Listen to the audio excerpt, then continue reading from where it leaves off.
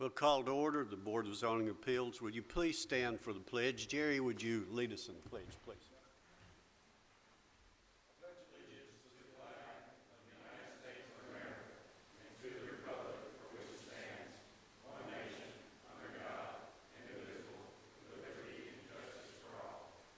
Please remain standing for a moment of silence.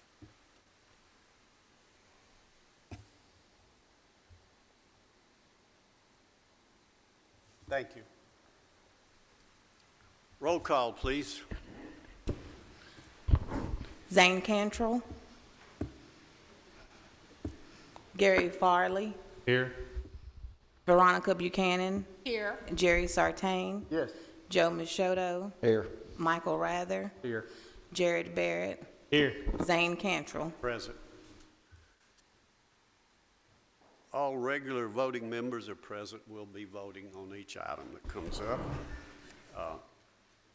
You have the minutes before you. Are there any changes from the last meeting or deletions or corrections?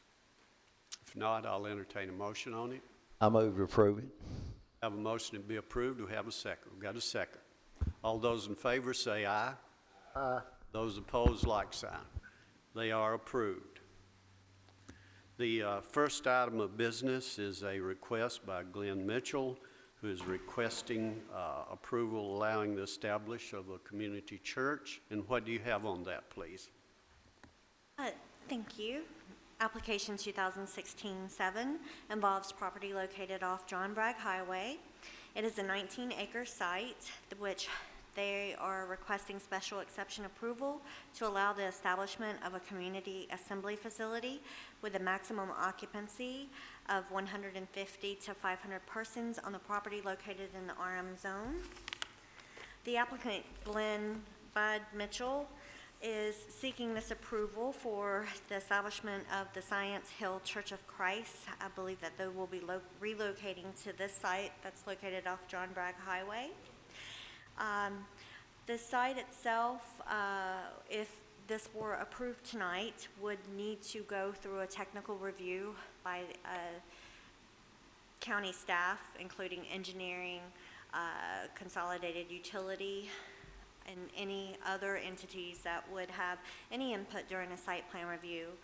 The site plan would be reviewed for compliance with all of the adopted development standards and policies of those agencies and presented to the Planning Commission for final approval. The site is 19 acres, as I previously said. It's located along a 4-lane divided highway, John Bragg Highway. There are several other community facilities, churches, located along John Bragg Highway on large acreage tracts. Recently, we considered one closer to Murfreesboro. And this is a conceptual plan that the applicant has submitted for the purposes of obtaining the special exception, showing the approximate location of the building, the parking areas, the retention areas, some of the site features, which includes a depression towards the west of the property that I believe engineering indicated to me that it was a sinkhole, and that would be taken into consideration during the site plan process, as well as any kind of easements that are affecting the property. But it looks like they have ample acreage to do what they are proposing to do.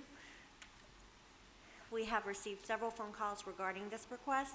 However, no one indicated any opposition once they found out that it was for a 300-member congregation for the Science Hill Church of Christ. And that concludes our presentation. I see we have a number of members here. Let me welcome you to BZA member board meeting. Do you have one person to represent you? We ask that someone represent you in case there's some questions. Okay, if you'll come forward to the podium, please. We'll give you a chance to add any other information you'd like to share with the board, and there may be a few questions. Okay. We have been a congregation since around 1832, and around, I believe it was originally known, I think, as a Reedville Church of Christ. And in around 1880, science came into the school system. And this church was used also as a school, and the way that the Science Hill come in was because of the science coming in to the school system, with a school being there, and so it was, I guess, on a hill. So that was around 1880 something, and I believe around, and it was, I believe, 1949, the Harolds give an acre there to build the congregation right across from the old Kittrell School. And it's been added on to, I don't know, 2 or 3 times. We added the last time on it in the 80s, in the 1980, 80 something. Anyway, we added on and got a spot about an acre behind it and built a fellowship hall too. But the point I'm making is around 60 to 65 years, we've had to build another congregation, so we don't want to lose our rule in doing that. But we feel we cannot do anything where we're at far as enlarging or changing the facilities because of we're on a rock. The Lord says build on a rock. We built on a rock. And so what we are proposing to do, and actually it's roughly 3 miles in toward Murfreesboro, which is probably from here, it would be approximately 5 miles out to the site that we are proposing to do. And the one reason is that we would already had brought this to a head far as the land transfer, because the land is being given from Sue Fox and I guess my wife. After 52 years, it's hers. But this proposing or giving the land that, but we didn't want to transfer the land till we had the approval to, be able to do something with it. So this is the reason that we are here, and it's being done the way it's done. Is there any questions that you do have? Any question? Thank you. We appreciate it, and we hope things work out well for you out there. Maybe you won't run into so much rock. We're still in the rock, but it's a little bit lower. Okay. The rocks in this county. Hard to build where you don't find a few, is that right? Thank you. I noticed you've got a fellow beekeeper here with you. Are you taking good care of him? Well, and yes, he's kind of like my wife. His wife has the bees. He just works with her. Okay. Thank you. Okay. Any comments or questions? We'll open this for a public hearing at this time for anyone who'd like to speak on this. Close the public hearing. Have a motion. Mr. Chairman, I make a motion we approve the request, because if Mr. Mitchell's involved in it, I know it's going to be first class. Have a motion, have a second. Call a roll, please. Gary Farley. Veronica Buchanan. Joe Machado. Yes. Jerry Sartain. Yes. Zane Cantrell. Yes, it is approved. Approved. Thank you. I didn't get a chance to say yes, but I'll say yes.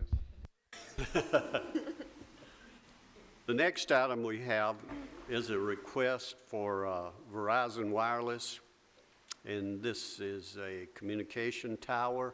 What do you have on this, please? Thank you. Application 2016-8 is a request for special exception approval filed by Verizon Wireless for the establishment of a monopole communications tower measuring 155 feet in height on a property that's located in the RM zone. This property is a 31.2 acre site, and the location address is off Redfield Drive. The applicant would like to place a cell tower approximately on the eastern portion of the property. As part of our process for reviewing communication towers, we require a third-party report. As you have become familiar with those, we ask an outside reviewer who is qualified to take into consideration our adopted regulations and reviewed the application for compliance with these regulations. And we included the report submitted by Larry Perry in your staff report. And Mr. Perry indicated that the site was in compliance with all of the items that we could verify at this time. There is one outstanding item that the applicant will have to submit prior to site plan approval, and that's FAA approval.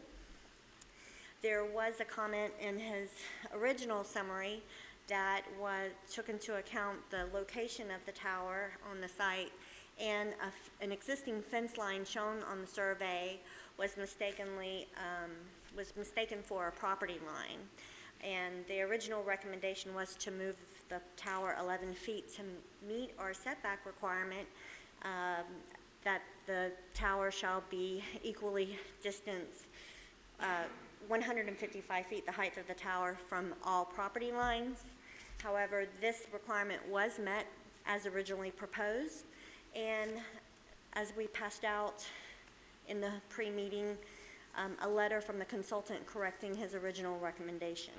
So staff finds that the request meets all the requirements for communications towers as recommended by the third-party reviewer. We have received several phone calls regarding this request. No one has indicated opposition. However, there were concerns about the condition of Redfield Drive and whether or not that would be remedied could be remedied as part of this process. However, it could not. The site will have to go through site plan review, but it's doubtful that it would trigger any kind of road improvement requirement other than the access drive that the applicant is proposing off Redfield Drive. So these are photos of the surrounding area.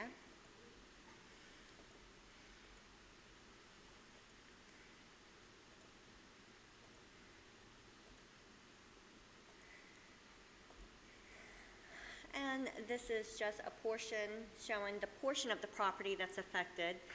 It's much larger, and this was the fence line that was mistaken for a property line, which resulted in the recommendation that the towers moved 11 feet to become compliant. However, that's moot.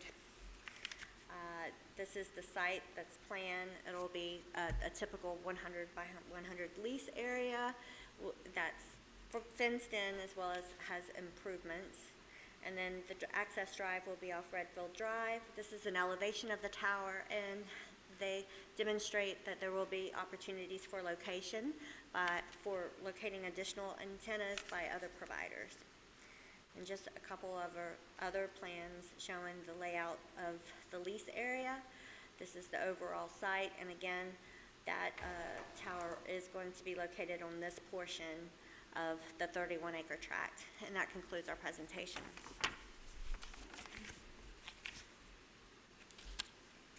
We have anyone here representing this request? Will come forward, please.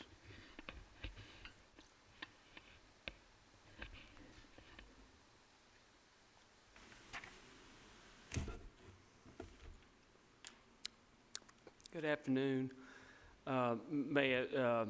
May it please the staff and the chairman and the members of the board. You'll give us your name, please. Yes, I am Matt Harris with the Baker firm in Nashville. We're legal counsel for the applicant. As staff has said, we're here in connection with our application for a special exception for a 155-foot cell tower structure to go on property leased by Mr. Fraley off of Redfield Road. We previously had submitted a little memo outlining the applications and the applicant's compliance with the requirements of the ordinance of the county that relate to these structures. We'd asked that be incorporated into the record, but I will briefly run through those requirements and summarize them. The first is the requirement that the tower be set back from property lines at least a distance equal to its height. As staff has said, the site plans that we've submitted do show that We not only intend to meet the setback requirement, but we actually are set back off property lines slightly further than the height of the tower. The ordinance also requires 8-foot fencing around the tower base. Our drawings show that we do intend to put the 8-foot fencing around the tower base in compliance with that requirement. There's a landscaping requirement that typically calls for shrubbery and landscaping to be installed around the tower base, but your ordinance does allow for this to be waived in situations in which there is natural woods or screening that's already in place, which is the case here. We would therefore ask, please ask that the screening and natural vegetation that currently is around the site, we will keep any disruption of this vegetation to an absolute minimum, but that this vegetation serve to comply with the screening requirements of the ordinance. As staff had mentioned, it will be a requirement for us to go forward that a determination of no hazard from the FAA be obtained. Verizon is very accustomed to obtaining these. It's really sort of predetermines in advance if getting these determinations is going to be an issue or not. It's pretty good at that. We don't expect any issue here. The determination has been applied for, and we'll certainly agree that no building permit can be issued until we submit this determination of no hazard to staff. Next is lighting. Your ordinance prohibits any lighting unless it's required by the FAA. It's not required in this case because the tower is under 200 feet in height, so there won't be any lights on this tower. The last item in your section 1105H is accommodation of other carriers on the tower.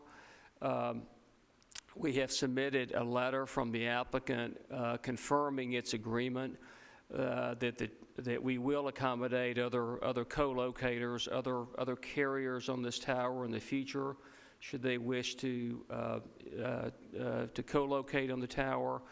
Our drawings that are submitted also show room in the compound around the base of the tower for up to 3 additional equipment shelters. So there will be room for at least 3 additional carriers without having to expand the ground space leased around the tower.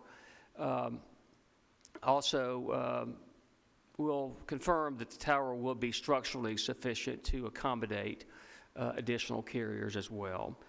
So those are your a brief summary of how this application fully meets your ordinance's requirements under 1105H.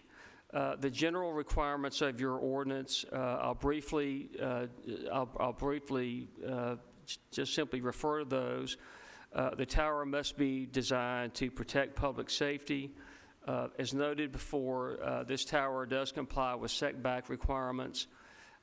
It's highly unusual for these towers to ever fail in the event of weather events, but should that occur, it would fall entirely within the property lines of the Fraley property. Moreover, there's nothing about this tower that will adversely affect any sort of public safety or health. Another requirement is that the tower will not adversely affect other property in the area.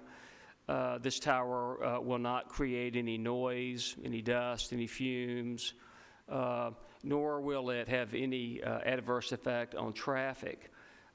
Once this tower is constructed, a maintenance vehicle will visit this site about the 1 time a month. And that will be the full extent of the additional burden on a Redfield Drive that will arise from the construction of this tower.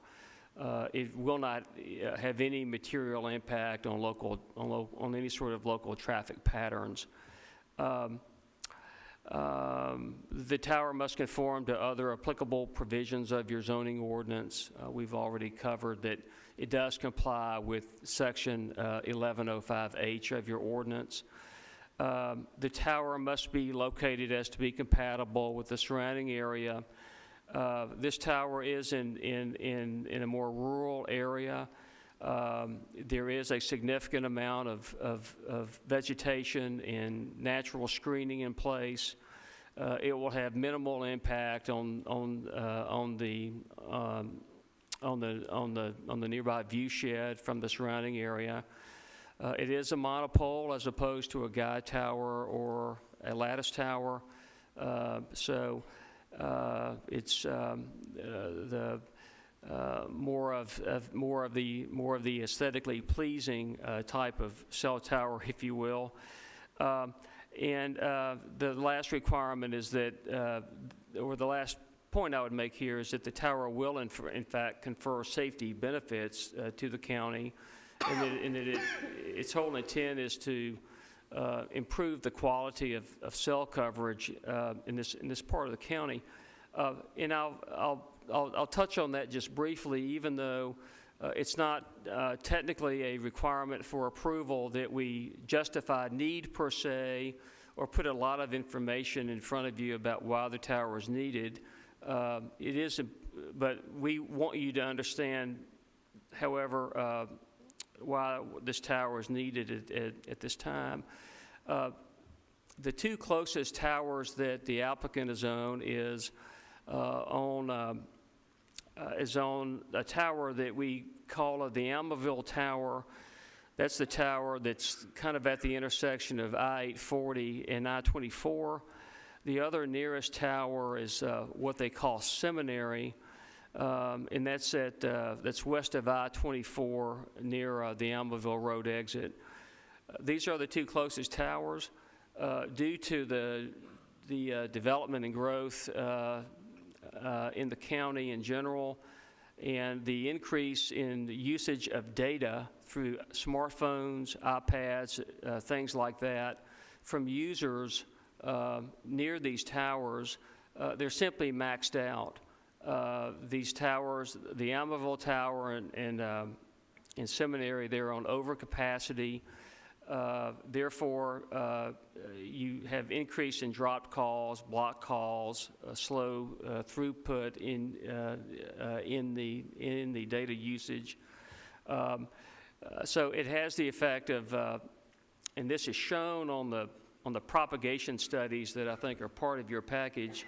It has the effect of effectively shrinking the coverage area that the existing areas cover. This tower, if approved, will be situated approximately in between Verizon's two closest existing towers.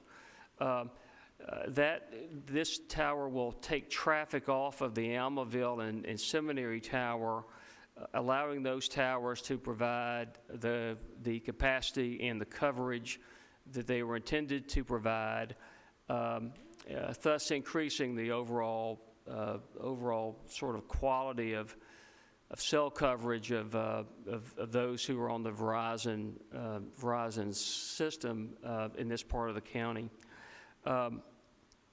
We thank you for going into detail like that. Let's see if we have any questions.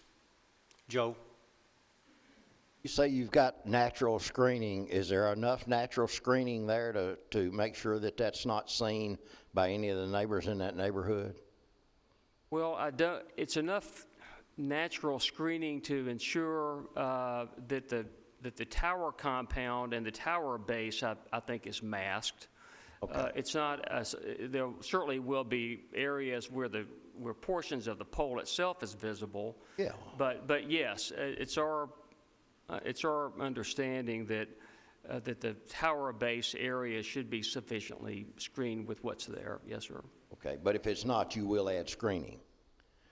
Well, if it's if it's the requirement of the board that the natural vegetation completely screen the chain link fence and the base, then yes, we will. Yes, sir. Okay. Any other questions? Thank you. Appreciate it. We'll open this for a public hearing for anyone who'd like to speak on this request. If you'll come around, please, to the podium.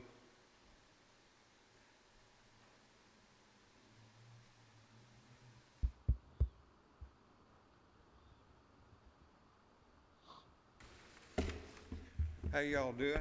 Thank you for having me here tonight to be able to talk to you. My name is Michael Yarber, and I live in Chadwick Drive in the Chadwick subdivision. And I'm within that 500 feet of the cell tower, and that's how come I got the letter.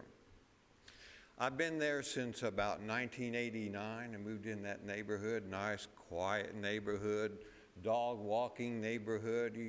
You know, kids are in the neighborhood riding their bikes and stuff, and what I like about it is closed neighborhood, and there's one way in and one way out. So when I saw this proposal, looks like there's an access through Redfield Drive, as you saw on the map here. You can get a little closer when we pull out this, so you see where the access road has come right off of Redfield. And so that's my objections up there, because our neighborhood is kind of, well, maybe at the end of the line for Murfreesboro, and don't get a lot of attention. Our roads are only been paved once since I've lived there. We got some trees and brush growing in the ditches and stuff. So now we're going to have extra traffic and maintenance, and they're going to build. I don't know how long it's going to take to build it, but you got a main road just right outside our subdivision, Baker, and I think they can access this property through Baker and not going through our subdivision. That's one of my objections. Actually, one reason I brought my cell phone up here, I have Verizon as my carrier, and I get like 3 bars in my neighborhood. So I get really good signal. I don't have any problems with internet or my cell phone. And it will, at that part of the neighborhood, you know, it blocks the sunset. And as you're walking around, you will be seeing a tower in our neighborhood. I'm not objecting to, you know, business or you know, people, you know, progress in our neighborhood, but it's a really nice closed area. If you feel like you're out in the country. So I think there's better locations to build a cell tower. You got at the end of Baker, when it curves around, you have, I don't know, it's the county's, the water tower, but it's a nice big hill there, and they can put it up on that, and then you can have really good coverage around the area. But to put it out in our field, you know, our subdivision, we figure out, wow, we got this big cell tower now. As I go around and walk the dog around the block, I have to watch a cell tower. So that's my objection to it. I like to see if it can't be stopped totally, then I like to see the access going through Baker, not Redfield. And Thank you. Appreciate your comments. thank you for your time. Really appreciate it. Okay. Next.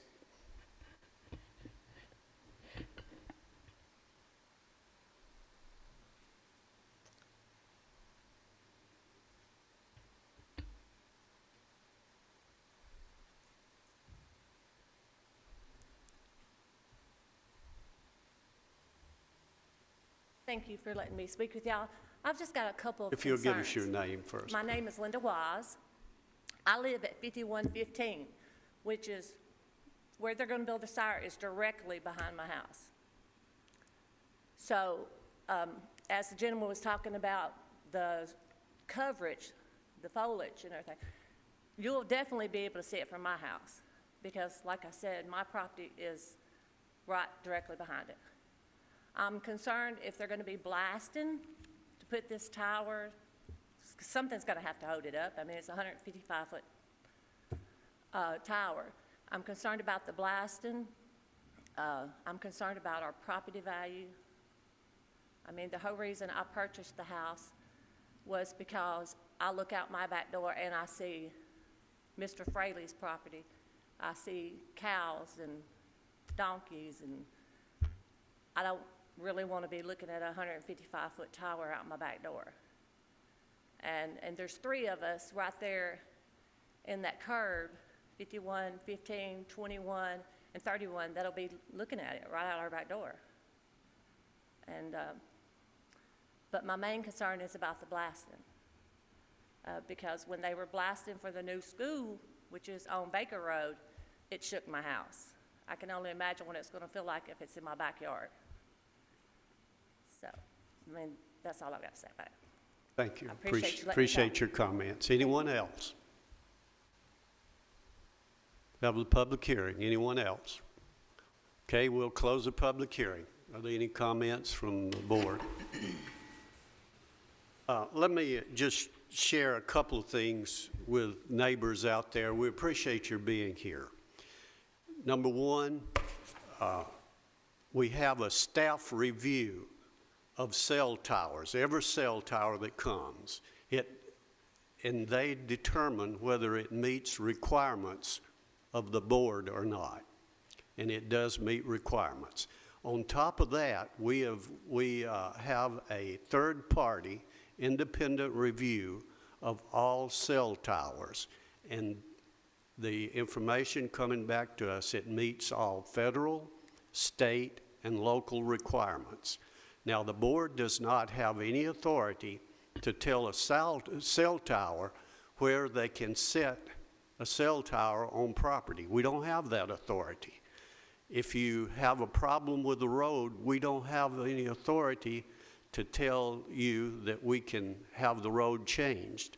This is all set forth by federal and state and local authority. The board can only review what we have as a requirement, and it does meet those requirements. I want the neighbors to understand that. If you were sitting here making a vote, if you voted no, you would be making an illegal vote. And I'm not just saying this to you, I want everybody to hear this. We have to vote according to the law, and that's what the law is. And we've made very sure that we do meet all of the local requirements. I do hope that the cell tower people will build their cell tower in a manner where you won't even know that it's out there. And after a little while, you won't even know that there is a cell tower. It comes just like a tree. That's my comment. Anything else? Mr. Farley. Yes, sir, Mr. Chairman. To address the lady's feelings about the blasting, if there is any blasting that's going on out there, that is regulated by the state of Tennessee. The county codes or county planning department does not regulate that. And if there's any issues that occurred during that time of the construction of it, they can contact the state fire marshal's office and they can send someone out to address them and look at the concerns and see if there's anything that's been done incorrectly. Thank you. Appreciate you pointing that out. Any other comments? All right, we'll entertain a motion on this. Move to be approved, Mr. Have a Chairman. motion that be approved. I'll second. Second motion.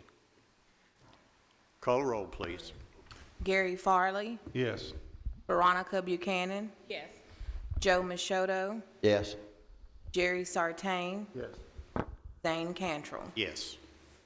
It is approved. Do we have any other business coming before the board? No, sir. We are adjourned.